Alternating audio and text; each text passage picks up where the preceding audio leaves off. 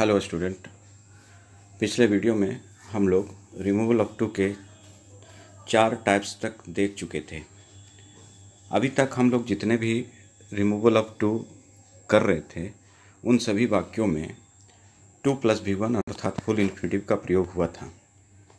अब टाइप 5 में हम लोग वैसे वाक्य का रिमूव टू करेंगे जिसमें 2 + V1 अर्थात फुल इन्फिनेटिव का प्रयोग नहीं होगा, अर्थात पैटर्न होगा सब्जेक्ट वर्ब 2 + एडजेक्टिव या एडवर्ब। तो देखिए एग्जाम्पल हम यहाँ पर दिए हैं कि the tea is too hot, इसके बाद कुछ नहीं है, 2 + V1 का प्रयोग नहीं है। तो ऐसे वाक्यों को बनाने के लिए जो नीचे मेथड बताया गया है उसके अनुरूप बनाते हैं। ये बहुत ही आसान है। विदाउट 2 + V1 अगर किसी वाक्य में होगा तो उसका रिमूव टू करना आसान है।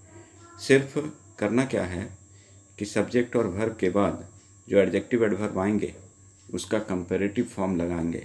डिग्री आप लोग पढ़े हैं, उसमें positive degree, comparative degree, superlative degree, adjective adverb के 3 फॉर्म्स को हम लोग देखे थे। उसी के अनुरूप यहाँ हम लोग जो भी एडजेक्टिव एडवर्ब आएंगे उसका कंपैरेटिव फॉर्म लगाएंगे। उसके बाद तुरंत दैन लगाना है, THAN, दैन।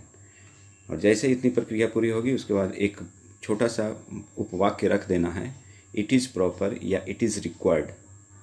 और अगर पास्ट रहेगा तो इट वाज प्रॉपर या इट वाज रिक्वायर्ड का प्रयोग करेंगे। जैसे देखिए पहला बनाए हैं the tea is too hot, the tea is hotter than it is proper या इट इज़ रिक्वायर्ड। अब इसी को वाज कर दिए यानी पास्ट टेंस में। तो पास्ट टेंस में करने से क्या होता है, देखिए कुछ नहीं, सिर्फ एक ही बात को परिवर्तित करना है यहाँ पे, the tea was hotter than it was proper या इट वॉज रिक्वायर्ड। तो मेथड में कहते हैं कि रिमूव टू यानी वाक्य में टू है उसको हटा दीजिए एंड यूज कंपैरेटिव एडजेक्टिव या एडवर्ब प्लस दैन। वहाँ पर एडजेक्टिव एडवर्ब के कंपैरेटिव फॉर्म को रखिए और प्लस दैन का प्रयोग कीजिए। इसके बाद तुरंत बाद आपको इट इज़ प्रॉपर या इट इज़ रिक्वायर्ड या इट वाज प्रॉपर या इट वाज रिक्वायर्ड का प्रयोग करेंगे। कहाँ पर इट इज़ प्रॉपर होगा, कहाँ इट वाज प्रॉपर, तो नीचे लिख दिए। प्रेजेंट टेंस रहेगा तो it is proper, past tense रहेगा तो इट वाज प्रॉपर। इसके बाद देखिए कुछ एग्जांपल और हैं, जैसे ही रन्स टू फास्ट। यहाँ पर फास्ट एडवर्ब है तो क्या करना है, ही रन्स, फास्ट का comparative form faster than, it is proper, चूँकि रन्स है प्रेजेंट टेंस में, इट इज़ प्रॉपर। हर हाल में इट इज़ प्रॉपर ही होगा या इट वाज प्रॉपर ही होगा, इट के जगह पर कोई दूसरा प्रोनाउन नहीं होगा। जैसे she came too early, past tense का है तो she came earlier than it was proper. ये नहीं कि इट के जगह पर सी या ही कुछ ऐसे प्रोनाउन का प्रयोग करेंगे, नहीं, हर हाल में इट इज़ प्रॉपर या इट वाज प्रॉपर करेंगे। सेकंड मेथड भी है लेकिन थोड़ा सा वो लेंदी है, समझ भी सकते हो ढंग से, अगर चाहोगे दिमाग लगाओ तो समझ जाओगे। वो मेथड में क्या कहता है कि जैसे मान लीजिए यहाँ पर ये ध्यान देना पड़ेगा कि सहायक क्रिया वाक्य में आया है कि मूल क्रिया है। अगर सहायक क्रिया आया है तो शुड भी होगा प्रेजेंट टेंस में, जैसे इज एम आर आया है सहायक क्रिया में तो शुड भी होगा। अगर वाज वेयर आया है तो शुड हैव बीन, यानी शुड का पास्ट फॉर्म शुड हैव होता है। जब हैव हो गया तो भी3 लगाएंगे, बीन, बी का बीन हो गया। इसमें क्या है, एक विशेष बात है कि इसमें दैन के बाद प्रोनाउन जो सब्जेक्ट आएंगे उसके अनुसार होंगे। वहाँ पर हम इट लगा रहे थे लेकिन यहाँ पर सभी जगह इट नहीं होगा, वाक्य का सब्जेक्ट जैसा होगा उसके अनुसार प्रोनाउन लगाएंगे। जैसे देखिए पहले वाक्य में the tea is too hot, तो द टी यहाँ निर्जीव वस्तु है कोई, इसलिए इसका प्रोनाउन इट का प्रयोग किया गया। The tea is hotter than, इतना तक प्रोसेस सेम है। इसके बाद इट का प्रयोग करें। अब चूंकि यहाँ पर इज एम आर का प्रयोग हुआ है तो should be, should + V1 B के रूप में, यानी दूसरी क्रिया को दोहराने से बचने के लिए ऐसा किया गया। दूसरा है the tea was too hot, अब यहाँ पर वाज वेयर का प्रयोग हुआ यानी पास्ट टेंस में, तो शुड का पास्ट फॉर्म शुड हैव, जब हैव लग गया तो बी का भी3 बीन लगेगा। तीसरे वाक्य में है कि राम इज़ टू बी, अब देखो यहाँ भी इज एम आर है लेकिन सब्जेक्ट की जगह पर राम है तो प्रोनाउन क्या हो गया, ही हो गया, और चूँकि इज एम आर है तो शुड भी होगा। फिर राम वाज तो यहाँ भी ही हो गया, चूँकि वाज है इसलिए शुड हैव बीन होगा। लेकिन अगर मूल क्रिया आ जाए, जैसे Ram runs very fast, too fast, तो यहाँ देखिए मूल क्रिया रन्स के रूप में आया, हेल्पिंग वर्ब आया नहीं, तो वहाँ पर सिर्फ शुड का प्रयोग करेंगे। अगर वही पास्ट फॉर्म हो जाएगा, रैन हो जाएगा मूल क्रिया के रूप में यहाँ पर, तो वहाँ पर शुड हैव लगाएंगे।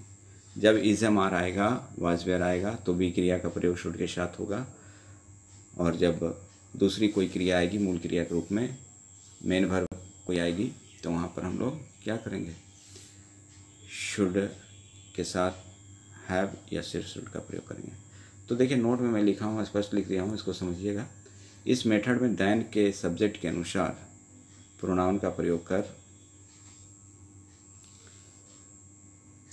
शुड या शुड हैव का प्रयोग होता है। देन के नहीं होगा, देन के बाद होगा, यहाँ पर बाद छूट गया है।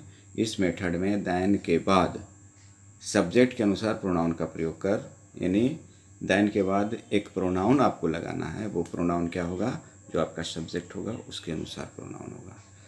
उसके बाद आपको क्या करना है, प्रोनाउन लगाने के बाद शुड या शुड हैव का प्रयोग होता है।